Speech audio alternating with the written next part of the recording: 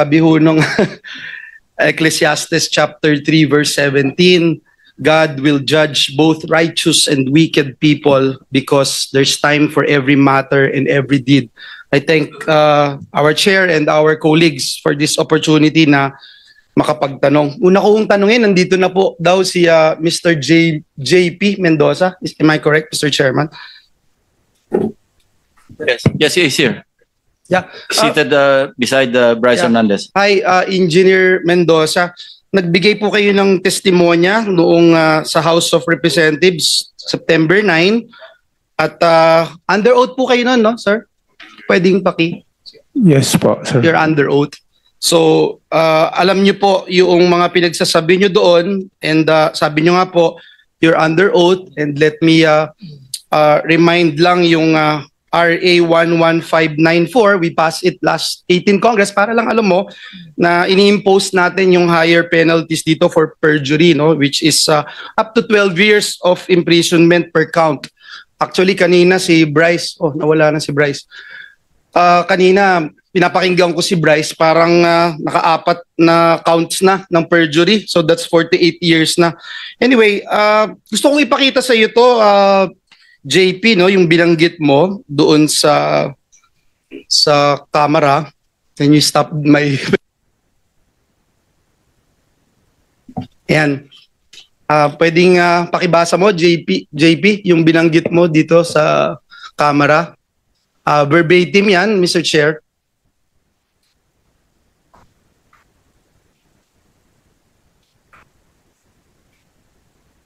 Sir, yung picture po na yan ay noong October 2023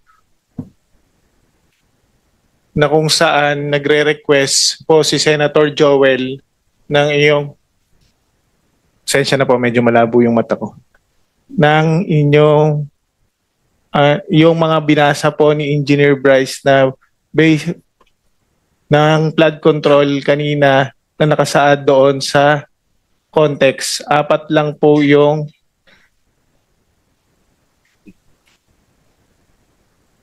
pwedeng picturean ko pa para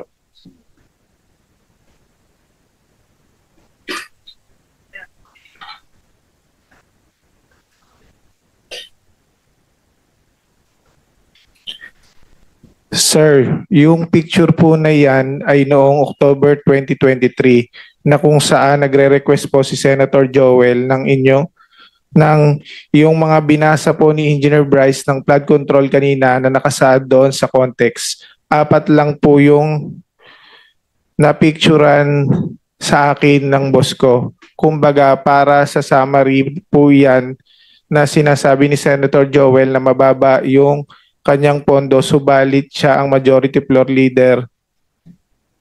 Isa siyang majority floor leader. Majority floor leader siya noon that time and member siya ng Commission on Appointment. Yan yung sinabi mo.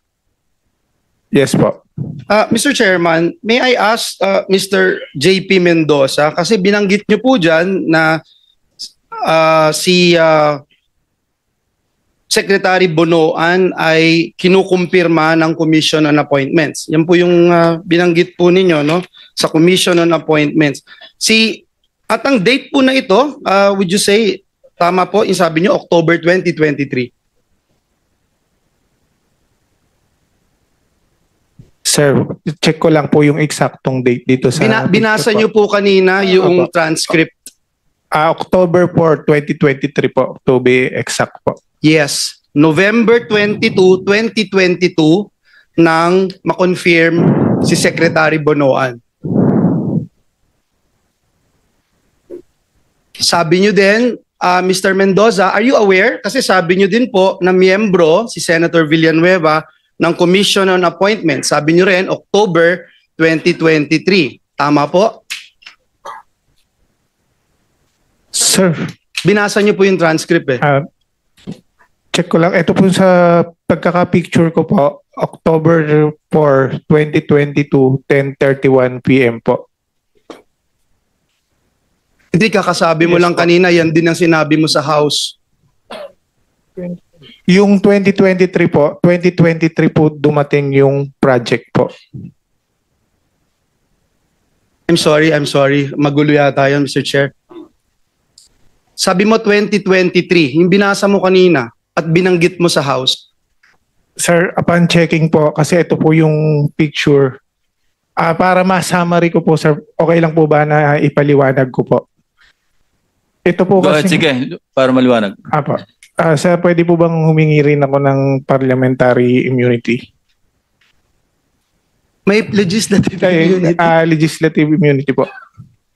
Of course, alam mo naman yung conditions, di ba? Apo. Nasabi sa Apo. kanina, may legislative immunity pero hindi rin totoo ang sinasabi. Baka pareho rin ang sasabihin mo. Hindi, ito po para ma-explain ko po ng... Any director. objection? Hearing none, sige, granted. Ito po, sir. Ito pong time na to, nung papicturean po sa akin ni Boss Henry yung cellphone po niya kasi disappearing message po. That time po, ang sabi po ni Boss Henry, nagre-request daw po si Senator Joel ng pondo po. Nang almost parang ang pagkakabanggit ni Boss Henry is 1.5 billion. Subalit dun sa parang pumasok sa conversation po na napicturean, isang kayang ialat lang po sa kanya ni Secretary Bonoan is 600 million. Totoo naman I'm po. sorry, Mr. Chairman. There's nothing there. Kahit na picture lang yung pinicture mo, there's nothing there that states that. Is this a new allegation that you're talking about? Actually, papaliwanag ko lang muna po, sir.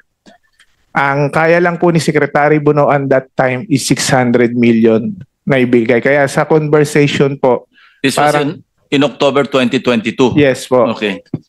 nung nagre-request nung October 22.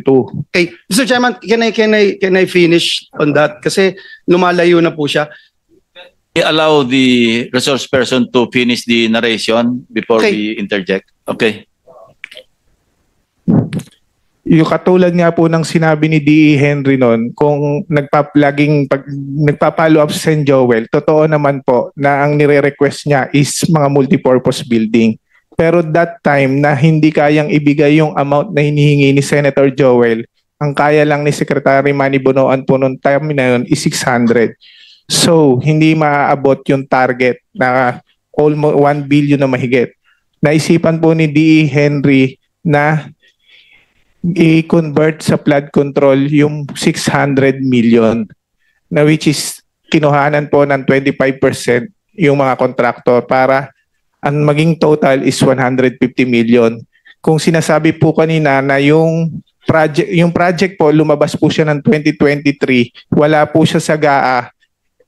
Meron po kaming conversation nung Chief of Staff po ni D. Henry na isinend po sa akin yung list na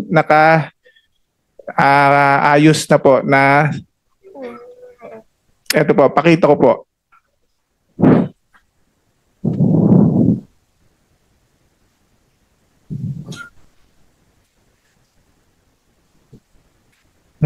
Check natin.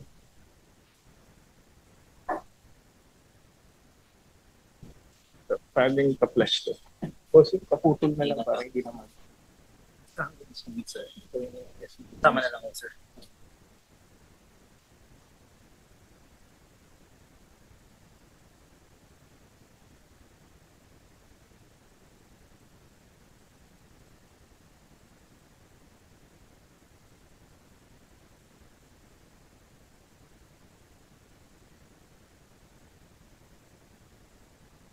Mr. Chairman,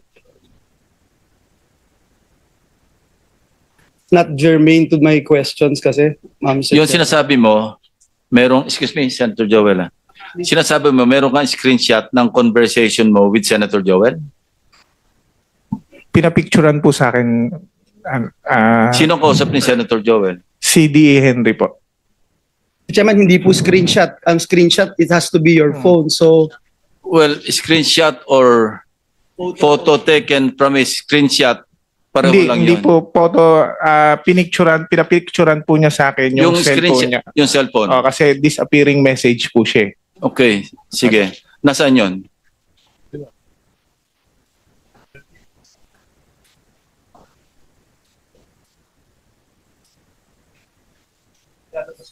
Ang binigay mo raw, list of projects, hindi Apo, yun. kumbaga, nung yung 600 million na na kinonvert na lang po sa flood control, ito po, ito po yung nasan po.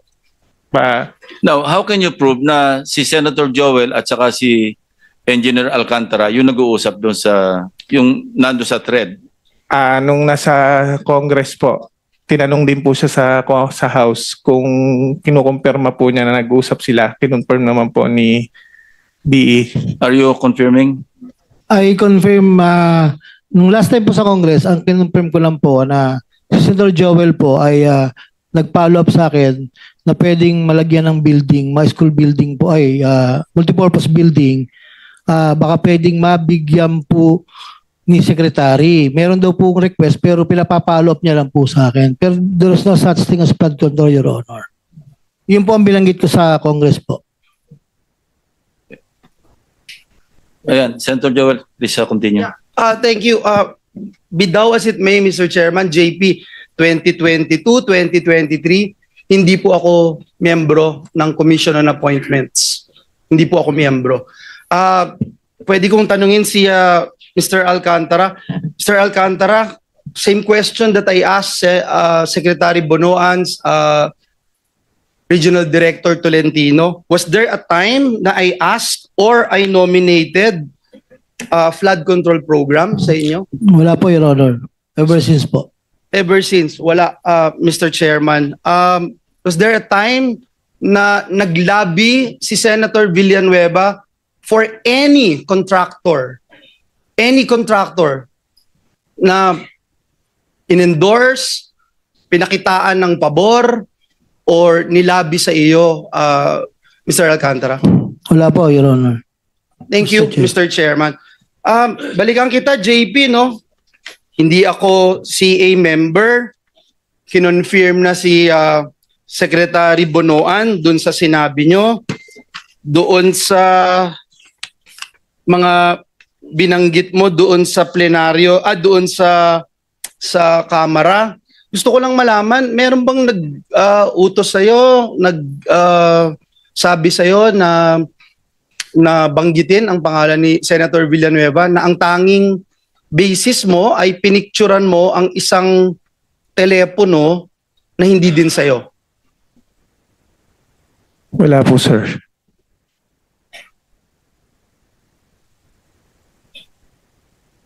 Puntahan ko si Bryce, Mr. Chairman, Engineer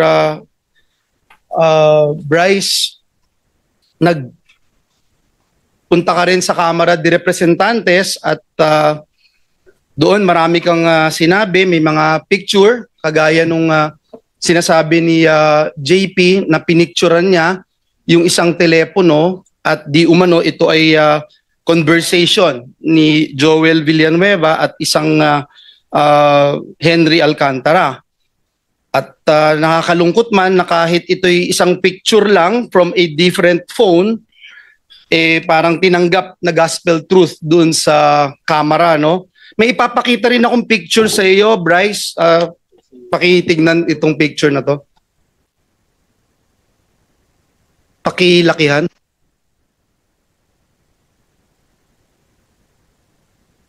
Bryce, naaalala mo ba yung messages na ito?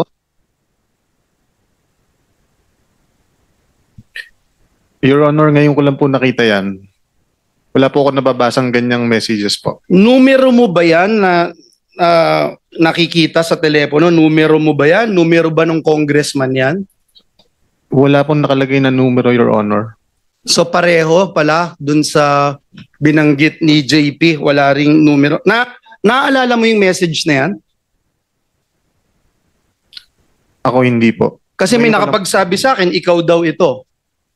Paano kung ipagpilitan kung ikaw din yan?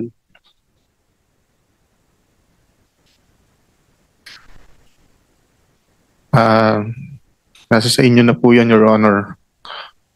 Pero hindi ikaw yan. Hindi po. Babasahin ko lang, Mr. Chairman, nakalagay dito, Congressman, Bryce, idiin mo si Sen Joel dito. Bryce sumagot, basta kayo na bahala sa akin, batchmate. Huwag nyo lang akong ibalik sa Senado, sa Senate. Mr. Chairman, if we rely on pictures, anyone can claim anything. And let me show how easy it is to fake this one, Mr. Chairman.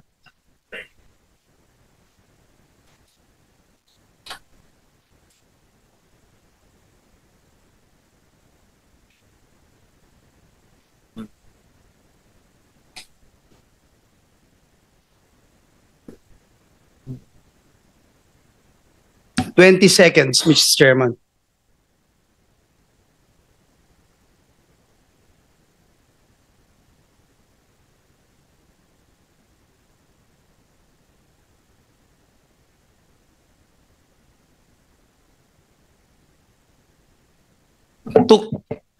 Took me 20 seconds, Mr. Chairman, to do that.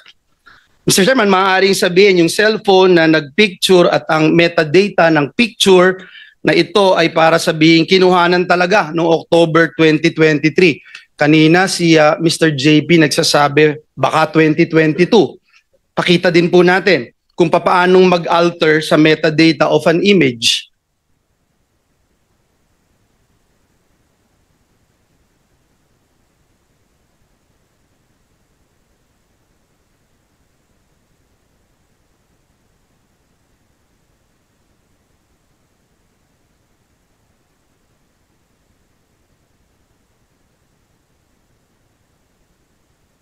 Ganun po kadali, Mr. Chair. Mr. Chairman, bukod po sa napakadaling magdoktor ng picture, inamin niya po mismo doon sa camera, and if we can show the minutes and the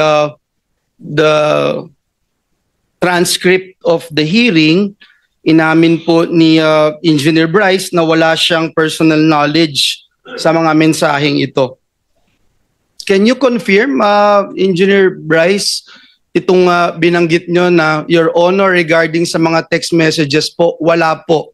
Kasi you're being asked to prove your allegations na may pruweba or usapan tayo, or at least make sure for fairness sake, sabi niya Rep. Adyong. Would you confirm na ito po yung naging sagot nyo, sir?